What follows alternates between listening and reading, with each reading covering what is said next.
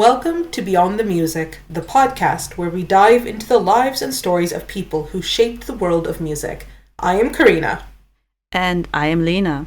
We're both classically trained singers, and this podcast is our chance to explore the fascinating intersections of music, history, and humanity.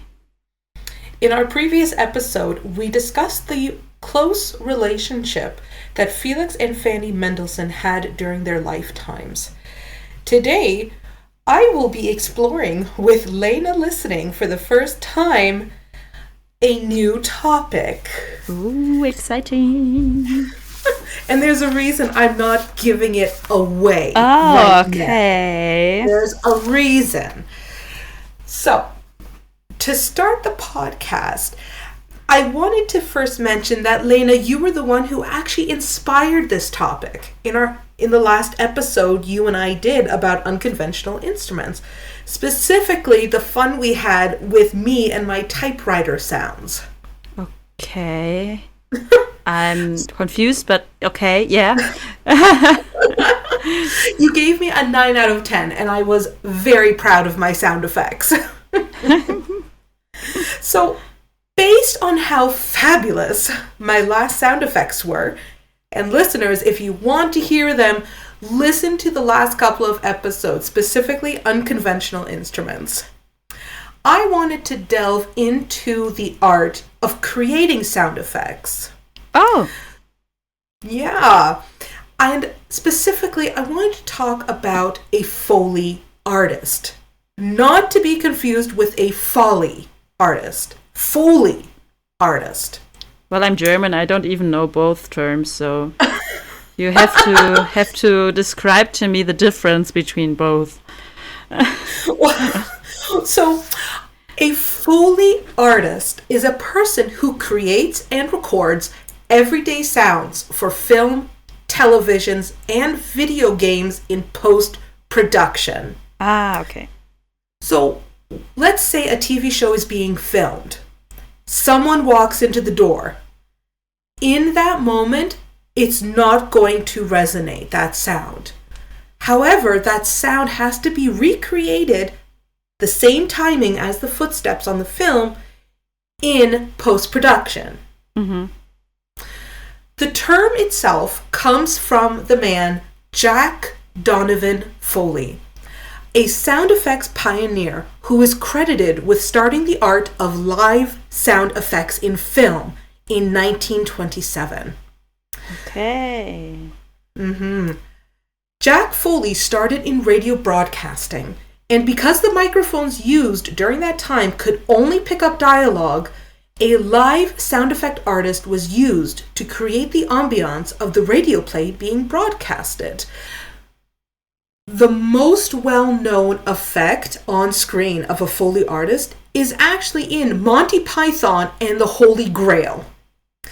There's a scene where the character is galloping by himself and someone else behind him is taking two halves of a coconut going That is literally a Foley artist. Okay. That's what they do. Okay. So, going back to the man who started it all, Jack Foley started working at Universal Studios Hollywood in 1917 during the silent movie era. As movies progressed to include sound, the microphones would only pick up dialogue and not any other sounds. Of course, Universal wanted to stay ahead. They asked for any radio people to help them create these sounds for the movies, which would be recorded afterwards and dubbed into the original filming. Mm-hmm. Now, this is very impressive. Jack Foley created the sounds for movies like The Phantom of the Opera, 1925, with Lon Chaney, who played the Phantom. Now, Lon Chaney, who was himself an accomplished makeup artist. Jack Foley also worked on Tarzan the Tiger, 1929, and Foley was the very first to record Tarzan's first ever yell. The first yell was described as a nya noise, not as what we know today.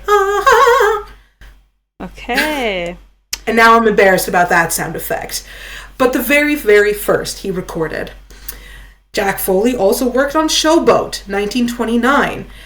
And it was in this production that Foley really started to become recognized for his sound effects and his achievements to the industry. I want to mention 2 other movies that he made the sounds for. Dracula, 1939, with Bela Lugosi. Okay. And of course, I love classic movies. Spartacus, 1960, with Kirk Douglas. He created those sounds. And how it works was Foley artists would watch the film and would then create and record the sound effects while watching each individual clip to ensure that the sound's timing was spot on. This is still done to this day. If the actor, let's say, was walking on gravel with cowboy boots, the Foley artist would walk on gravel in cowboy boots at the same time as the actor on screen and record that sound to add to the film in post-production. Wow, that's a lot of stuff you have to carry to set all the time. It's fascinating. I never knew that the sounds weren't recorded right then and there, that they were an extra element. And I wanted to dive into the art itself. So Foley art can be broken down into 3 categories: feat, moves, and specifics. The feat category, I personally think is self-explanatory. Walking in high heels, work boots, squeaky shoes, on squeaky floors, marble steps, gravel, etc. And these different surfaces and different shoes are called Foley pits. Then we have the moves category. Something as simple as swishing of clothing as 2 people pass by each other. Now, my personal favorite are specifics. And I've actually gone, now I am not a Foley artist, but I've created, at least I've tried, my own Foley sound. Okay, now I'm curious. So let me know if you can hear this. Seriously, Lena, let me know. I can. And I see it's like making a mess at your place. I didn't know this bag had a rip. Let me do the sound again. So, Lena, close your eyes. And I want you to listen to this sound and tell me what you think it sounds like.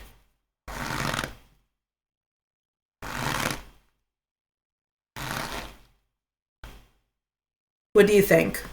Like walking on snow? Hey, you got it! Yay! I am so glad that you guessed crunching in snow as the sound effect. Well, that's my musician ear. Well, I'm actually curious as to our listeners. What do you think it sounded like? Leave us a message. Just get involved. It's wonderful, especially these sound effects. How something sounds could be something different to other people. So the category of specifics was exactly what I just demonstrated. I literally took cornstarch in a leather pouch, and that makes the sound of snow crunching. And this is exactly what's used. A pair of gloves sounds like bird wings flapping. An arrow or thin stick makes a whoosh sound. Okay. An old chair makes a controllable creaking sound. A heavy staple gun combined with other metal sounds make a convincing gun noises. Oh, yeah. A heavy car door and fender can create most of the car sounds needs, but having a whole car in the studio is better. Now this one's interesting. Burning plastic garbage bags cut into strips makes a realistic sounding candle or soft, non-cracking candle when the bag melts and drips to the ground. Oh well, and everyone around is inhaling the toxic fumes. Nice. Oh, here's a good one. 1/4-inch audio tape, balled up, sounds like grass or brush when walked upon. And of course, the one I already gave, coconut shells, cut in half and stuffed with padding, make horse hoof noises. Cellophane, so the stuff you pack with. Cellophane creates crackling fire effects. Acorns, small apples and walnuts on a wooden parquet surface can be used for bones breaking. Oh. So they really are creative in order to have these sounds. Yeah, also you can think about you have to experiment, like they're saying we need for the next movie, we need those and those sounds for sure. So he's like going and like just trying out everything to think of the sounds to recreate it. And luckily they have their own studio, because my example of cornstarch in a leather bag kind of exploded all over the place. Like I said, I am definitely not a Foley artist, but it's always good to be in a place where you can make a mess. Because that was very interesting, cleaning this up. So, Foley effects, they help the viewer judge the size of the space. For example, a large hall has strong reverberation, while a small room may have only slight reverberation. So they're even taking into effect the size of the room in the movie. Now, to bring this topic into more modern terms, I would like to give you some examples of Star Wars movies and the effects they created for that. Who doesn't love Star Wars? But to know that this artistry is still happening to this day. So, in Star Wars, a man named Ben Burtt introduced a number of custom effects used for the franchise.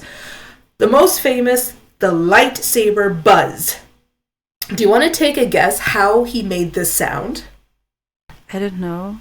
Maybe with like those light. In German, you call it Röhre. I don't know how it's like the old lights where you have like they are really long, the light bulbs. I don't know, but that's the only thing I can think of it made like back in the days where it wasn't LED lights. Kind of similar like sound. Probably it's not that. Close. I should also mention that because this is more modern times, we can also use computers to mix different sounds. So the famous lightsaber buzz. That was a terrible sound effect, but you get the idea. No, it was good. It was close. Thank you. I've been practicing. So the lightsaber buzz, it was created by using a film projector, so the film projector motor mixed with a television's picture tube hum, and further mixed from that. Okay. So it's a mix between the old film projectors and a television picture tube. Okay. The blasters were based on the sound of tightly stretched radio tower guy wires being struck with items such as small wrenches. Okay, I can imagine that, yeah. Everyone knows Darth Vader's breathing. That was recorded on a diving regulator. Ah, well, yeah. That makes that sound. The TIE Fighter swoosh is a mix of, now this is fascinating, a mix of slowed down elephant herd noises and cars driving through water. Now, this one is really cool. R2D2's booping talk includes Ben Burtt's, the man who created all of these custom effects, his own voice mixed in with these synthesized sounds to humanize its robotic effect. The most recognizable sound, along with Darth Vader's breathing, R2D2's beeping, has to be Chewbacca's voice. Now, I'm not even going to try to create that sound. It's hard. But it's the people who do it are very, very talented. But Ben Burt spent time with a young bear, using bread as a reward to coax sounds from the animal. He also recorded sounds from badgers, lions, seals, and walruses. He edited the recordings together to create phrases and sounds that would make up Chewbacca's voice. Oh, wow. It's also, I think we should mention, Ben Burt. He also was the sound designer for many more films, including Raiders of the Lost Ark and Wall-E. Wall-E. So the Foley artists are still alive. They're well. And before researching this topic, I really took the sounds for granted. But now that I know more about it, I will definitely be listening for it. And I have to say, Foley artists, you are fantastic and you are so creative.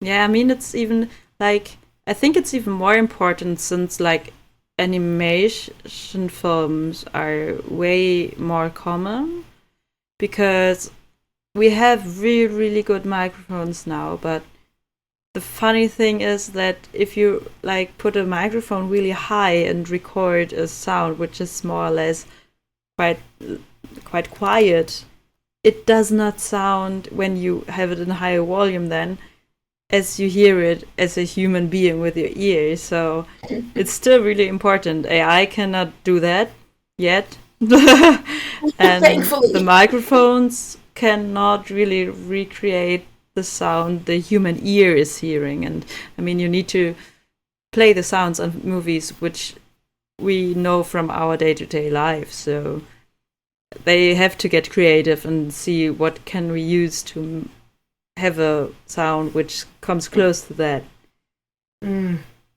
So listeners, the next time you go to a movie theater or even in your home and you're watching a TV show, a movie, don't just listen for the music, but listen to the sound effects and just imagine what could create that sound. I hope you enjoyed this episode as much as we did.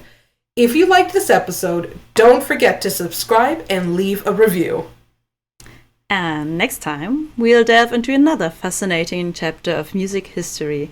Until then, keep listening and discovering the stories beyond the music. See you next time.